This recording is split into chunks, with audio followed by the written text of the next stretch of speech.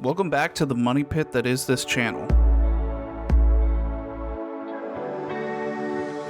I'd explain a little further, but you probably already clicked on this video because you too shoot film, so I don't need to hurt us any further. You may remember about a month ago I traveled out to Sequoia National Park for an attempt at photographing the blue supermoon in a low light pollution area. And I think we did pretty good, but what I failed to disclose was we had actually been there twice this summer. So I thought this trip would be the perfect excuse to try some color film stocks that I've been hesitant using, despite their overwhelming popularity with landscape photography. And of course, you know I brought a few rolls of Color Plus to even things out. We'd be spending 2 days and 1 night inside the park, meeting up with my mom and sister and her fiance at the top of the mountain. Not a ton of time out there, but enough to get our fix of crisp, clean air. I quickly packed up my Nikon F2, a few different lenses, and headed up to LA to spend the night with my girlfriend Christy. Also, somehow our daughter Chloe would be tagging along, and let's be honest, she's the real star of this video, considering this would be her first trip to a national forest. Now, I can hear you asking yourself, 2 trips to the same place in one summer? I know, you're jealous. After we recently received some very welcome news about my mother's recovery, we all decided the best way to treat ourselves was to smother our lives in large trees and bendy roads. This trip was not well planned and barely even discussed, but when your badass of a mom kicks stage 4 right in its teeth, you celebrate, and it's one of the best trips we've ever had as a family.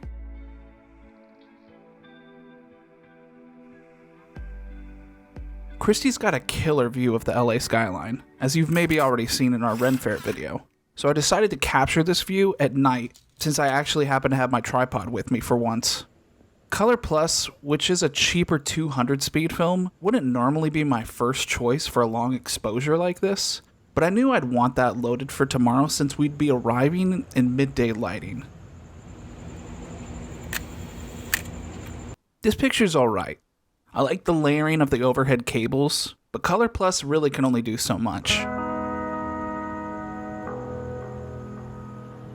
The next morning we were up at 5 a.m. to beat traffic and get a head start on the almost 250-mile drive.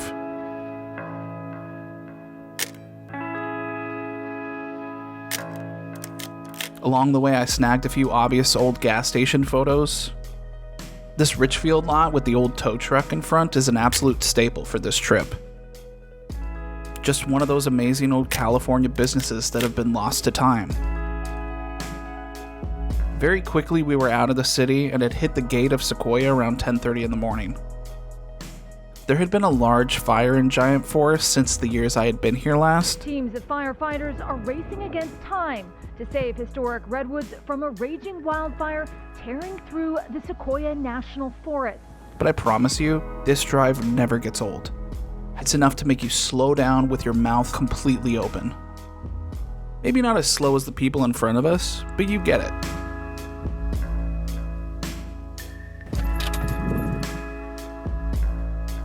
First, we grabbed a quick lunch with my family before hitting the trails.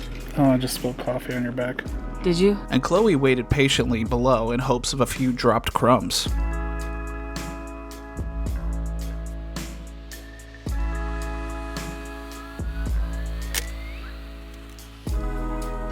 Round Meadow is a must for us. It was actually one of the few trails we could actually take Chloe with us to explore. She's sitting. I wasn't looking, Mom.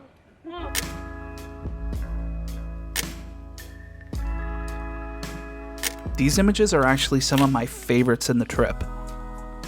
The bright sun and the beautiful meadow really lent itself to this vintage vibrancy of Color Plus.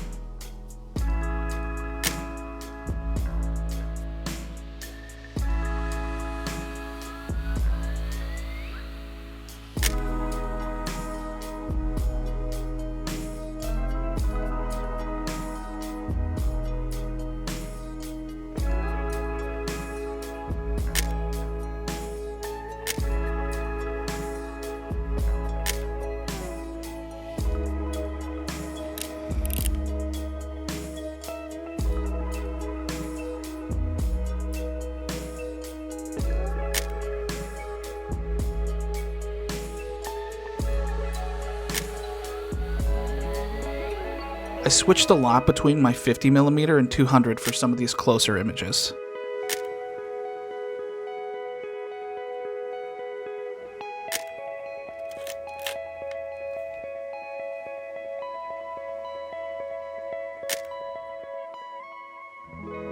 Once the Color Plus was empty, I decided to switch to Fuji Xperia 400 for its lush greens and more dynamic latitudes, since the next hike would have a much larger mix of shadow and highlights.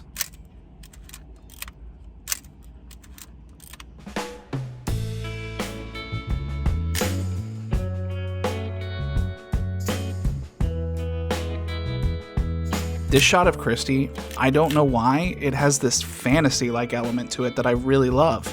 The way this sliver of light creates a trail of flowers all around her is dope. However, half of this roll was not really my favorite under these lighting conditions, but it could also be because I'm a terrible photographer. I had never shot with this stock before, but something I didn't do that I normally would with Portra 400 is pull it one stop overexposed. Maybe that's where I went wrong, because these shots, however, are all at box speed.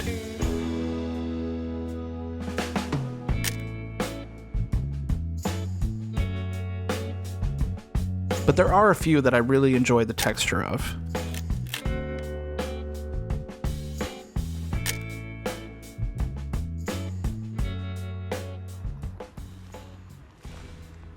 What just happened? Sequoia tree just fell to the ground in our surrounding.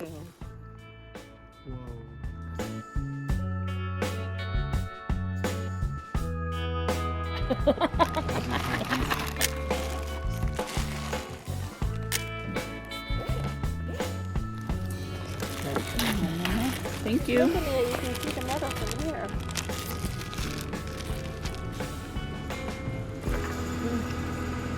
Tastes like a PB&J. For the main event that evening, I'd be shooting one of my favorites, Portra 800 pulled one stop overexposed. It's flipped up again. Yes, this film is expensive and super cliche, but it has this reputation for a reason. This is a video, not a picture. Oh my god! The pastel colors and elegant skin tones are seriously off the charts.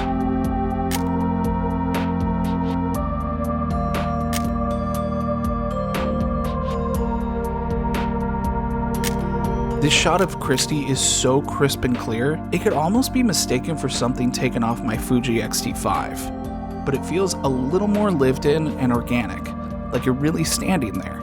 It's an absolute banger for me.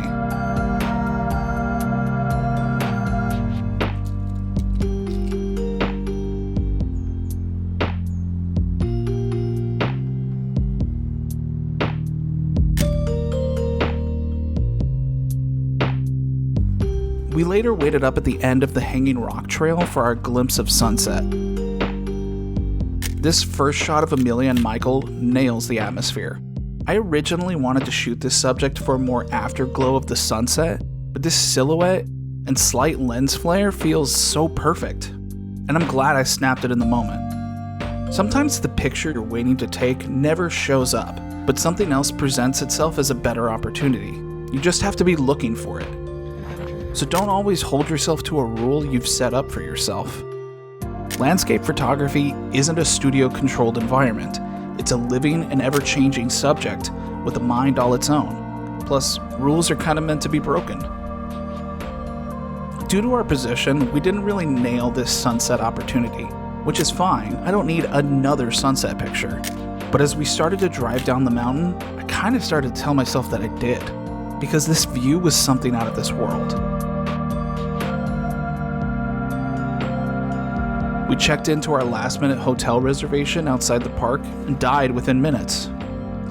We had been up since 5 a.m., driven at least half the day, and walked almost 10 miles. We were dead.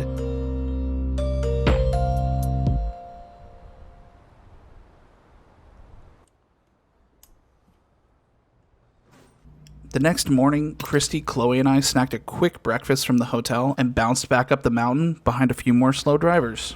I got the goods. I still had one roll of Color Plus left, but I opted first to use the more feared film stock that I'd be shooting this entire trip.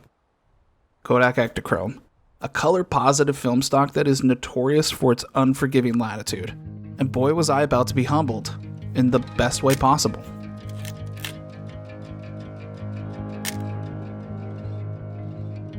With our daughter sticking her head out the window again, Christy and I would be spending today off on our own while the rest of the family would attempt some hikes that I've done more than a handful of times in the past.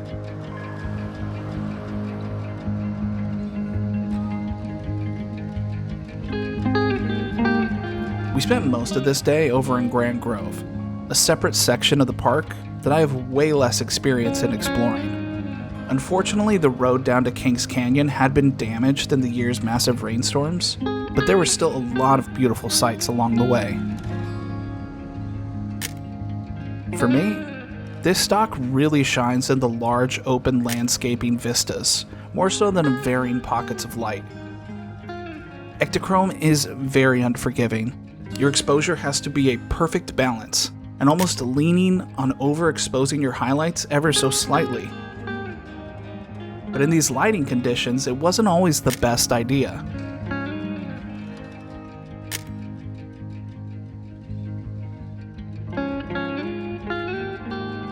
I could see this stock being an absolute dream in higher elevation and more open spaces instead of dense tree cover, but a few of these really did capture a mood I enjoy.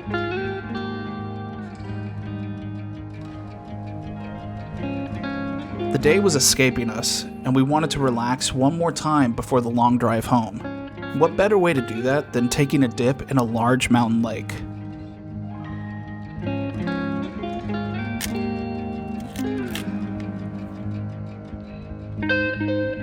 I switched out the Ektachrome for my last roll of Color Plus, and who doesn't love a beer chilled by a flowing river?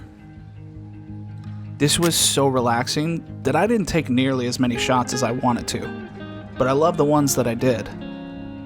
This one of the shoreline is beautiful and one of my favorites.